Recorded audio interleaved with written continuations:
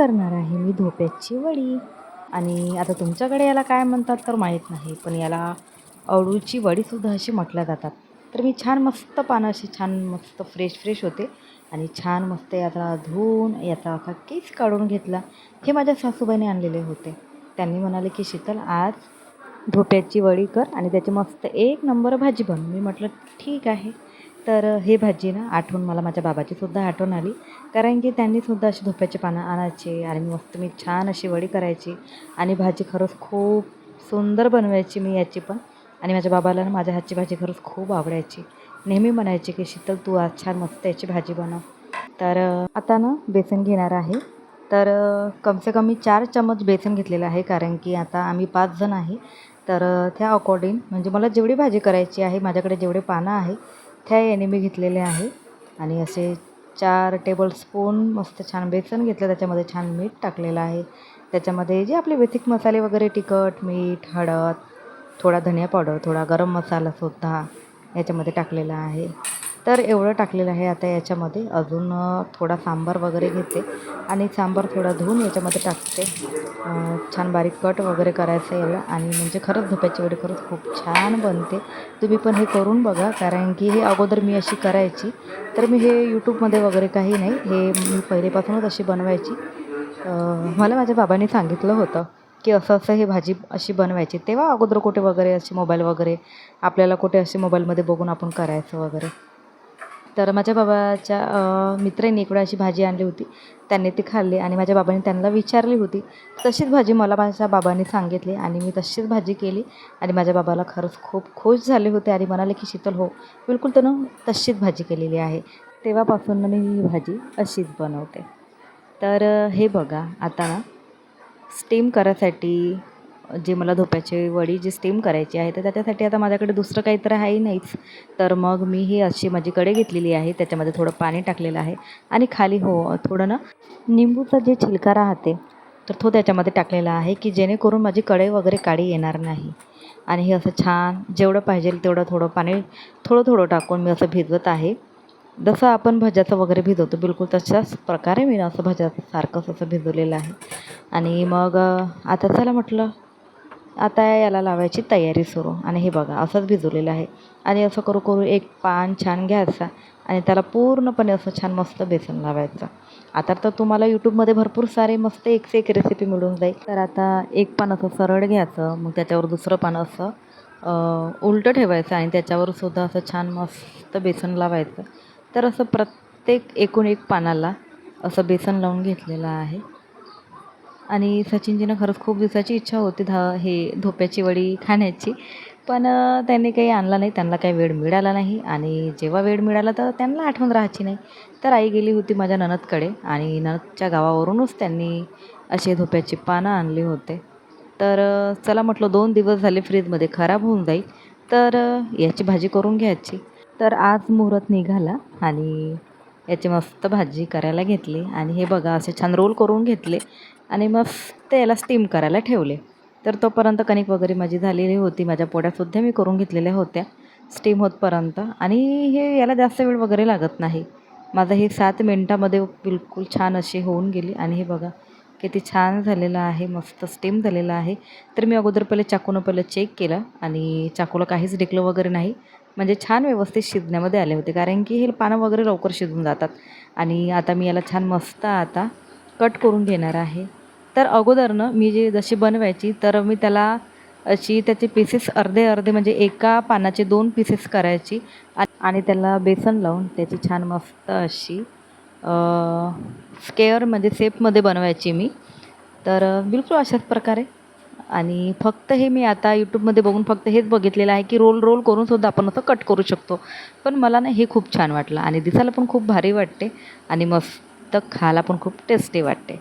तर आता ना याच्या मस्त छान मीडियम पीसेस करून घेतलेले आहे, म्हणजे एकदम जास्त बारीक पण नाही आणि जास्त ठोकट पण नाही. तर असं मस्त छान कट करून घेतलेलं आहे. आणि कट करायला ना खरंच मला मस्त मजा यायची आणि खूप छान वाटायचं. माहीत नाही मला का, तर मला कट करायला खूप आवडत होतं हे.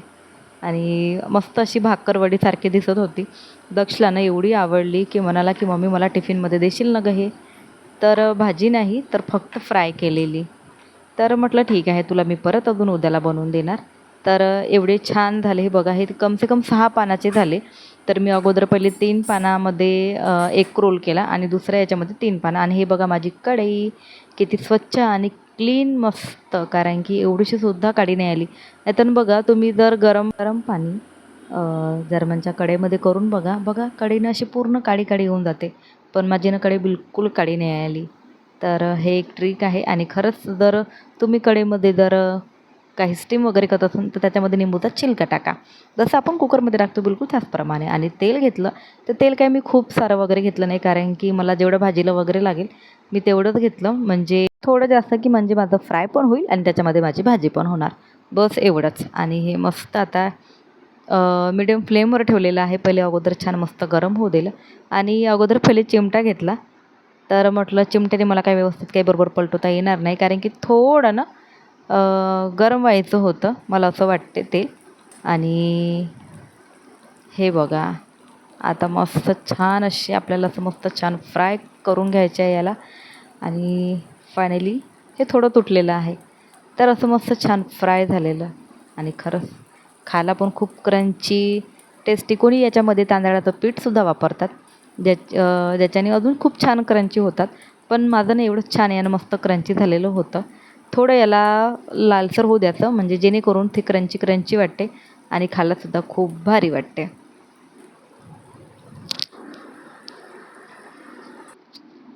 तर त्यानंतर म्हटलं चला थोडं आपण पण टेस्ट करून बघावं की कशी झाली. आणि गरमागरम होतं म्हणून माझं तोंड बघा. आणि खरंच खूप छान आणि टेस्टी आणि मस्त झाली होती. मला तर असं वाटत होतं की पूर्ण मीच खाऊन घ्यावं. तर कारण की मी जर खाऊन घेईन तर भाजी कशाची बनणार. तर चला म्हटलं आता मस्त आपण भाजीची तयारी करू. थोडं तेल कमी पडलेलं होतं, थोडं तेल वगैरे टाकलं आणि बारीक कांदा कट करून घेतला. तर जसं आपण साधी भाजी बनवतो मसाल्याची बिलकुल तशाच प्रमाणे साधी सरळ सोपीच भाजी अशा पद्धतीने बनवणार आहे मी. तर बारीक केलेला कांदा कट करून त्याच्यामध्ये छान फ्राय करायला टाकला आणि थोडं लसण जिरं टाकलेलं आहे. तर 1.5 टेबलस्पून मी टाकलेलं आहे लसण जिरं. आणि असं छान थोडं मीडियम फ्लेमवर ठेवून मस्त त्याला छान असं लालसर होऊ देत आहे. आणि हे आपले बेसिक मसाले, हळद, तिखट, मीठ, धनिया पावडर आणि गरम मसाला. आणि हे आहे खोबऱ्याचा कूट, जे मी करून ठेवलेला होता. त्या दिवशी मी मसाल्याची भाजी बनवलेली होती, मसाला वांग्याची. पण तेवढा काही मला मसाला वगैरे लागलेला नाही आहे. आणि हा कोरडा मसाला आहे. तर कोरडा म्हणजे जसं याच्यामध्ये खोबरं, धने, थोडी मेथी टाकलेली आहे, थोडं शेंगदाणेसुद्धा टाकलेले आहे, थोडं तेजपान टाकलेलं आहे, बस एवढंच. छान मस्त कम तेलामध्ये भाजून मी आता असा छान बारीक कूट करून घेतलेला आहे. आपल्याला कोणते पण भाजीमध्ये वापरता येते. आणि असं छान मस्त तिखट मीठ होऊ देते. थोडंसं पाणी सोडलेलं आहे की जेणेकरून आपलं तिखट मीठ करपणार नाही. आणि छान मस्त बारीक फ्लेम केलेली आहे. आता थोड्यावर 5 मिनटं बारीक फ्लेमवर होऊ देते. आणि मग तोपर्यंत म्हटलं चला थोडीशी किचनसुद्धा आवरून घेते, कारण की भाजीच्या याच्यामध्ये माझी थोडासा ओट्यावरसुद्धा पसारा झालेला होता. आणि थोडं अजून परत पाणी सोडून दिलं. आणि चला म्हटलं आता आपण थोडा वेळ आपली वडी.